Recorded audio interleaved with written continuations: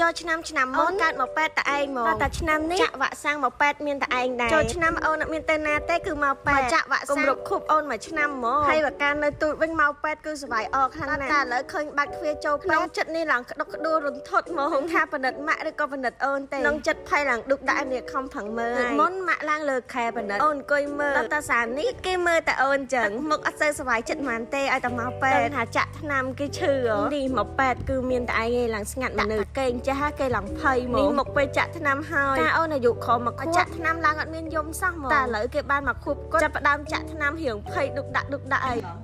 អូអត់ទេคนไทยអូ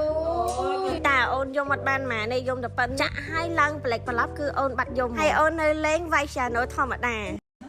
จบเลยอ่ะปลาเนี่ยโอ้หนาวอ่ะเอ้ยเกยอ่ะข้าเกย